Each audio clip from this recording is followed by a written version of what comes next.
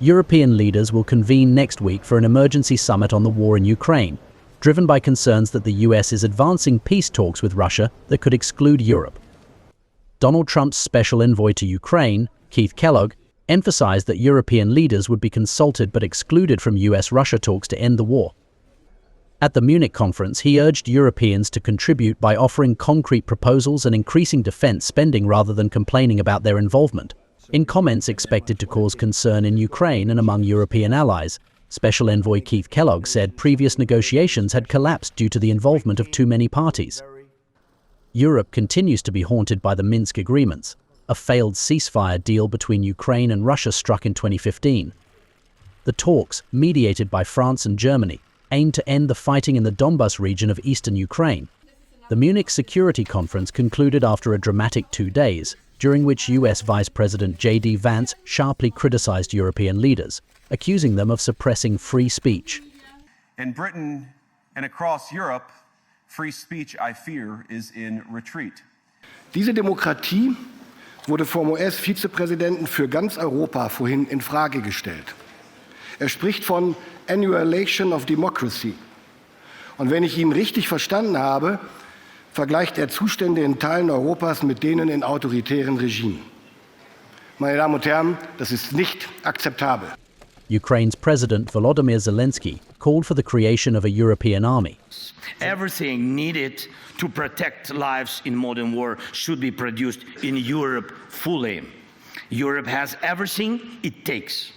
Europe just needs to come together and start acting in a way that no one can say no to Europe. Boss it round or threat it like a pushover. Zelensky met with US officials, demanding, We're thankful for American support. President Trump, we have good conversation today. Our first meeting, not last, I'm sure. And really what we need to speak more, to work more, and to prepare the plan how to stop Putin and finish the war. We want peace very much, but we need real security guarantees.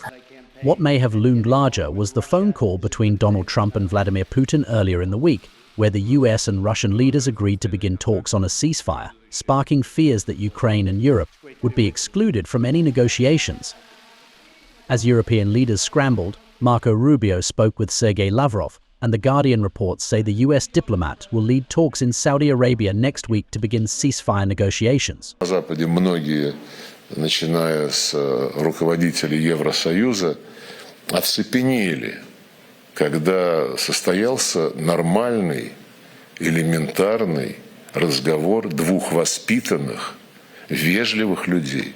Людей, которые не откидывают в сторону разногласия. Их много, их немало, но которые прекрасно понимают, что политика – это садиться и разговаривать, и искать точки соприкосновения. Finland's President, Alexander Stubb, stated Europe needs to talk less and do more, in response to the risk of being left out of talks. NATO Chief Mark Rutte cautioned Europe about potential exclusion from peace talks, urging caution and solidarity amid escalating tensions. He also called for increased defense funding. A staunch transatlanticist. I absolutely believe that the best thing the West can do is to stay united. And I know that the same thinking is still prevalent in the US, including in the White House. In 2024, NATO allies in Europe and Canada invested $485 billion in defense, a nearly 20% increase compared with 2023. With a full 2/3 of allies spending at least 2% of their GDP on defense. I expect even more allies to meet and, in many cases, exceed the target in 2025. So we are seeing substantial progress. But we need to do a lot more so we have what needs to deter and defend. The world is a safer place, a freer place when NATO is strong. And we certainly feel that way, and our investment reflects that. We echo your sentiments on defense spending. The President has said 2% is not enough, and we're going to argue that up to 5% is the necessary investment from NATO countries to ensure we're able to meet the threats of the future, whether that's Russia on the continent or an ascendant China who has their own ambitions as well. Ukraine's Foreign Minister Andriy Sybiha and Zelensky's Chief of Staff Andriy Yermak discussed Kyiv's path to peace with China's Foreign Minister Wang Yi at the Munich conference, reaffirming mutual respect for territorial integrity.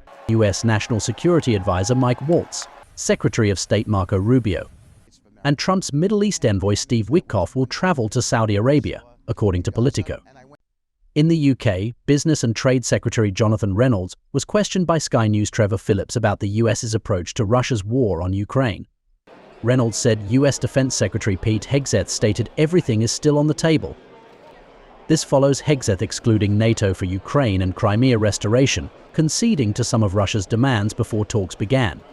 What we lacked on Ukraine in recent years was one personality highly respected by everyone, taken into account in Moscow, Kyiv, Washington, European capitals, and the Global South, who had the authority to manage the peace talks, said Croatian Prime Minister Andrej Plenković.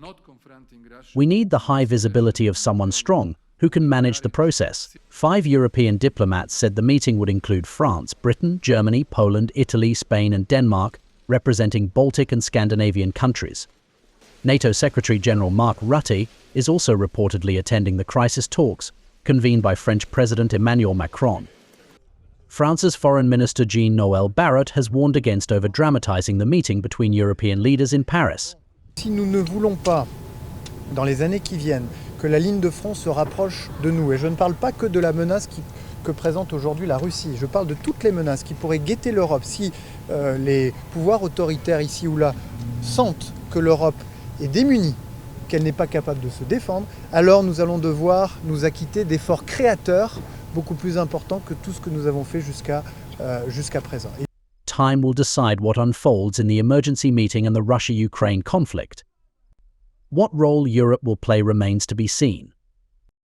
Bureau Report, NewsX.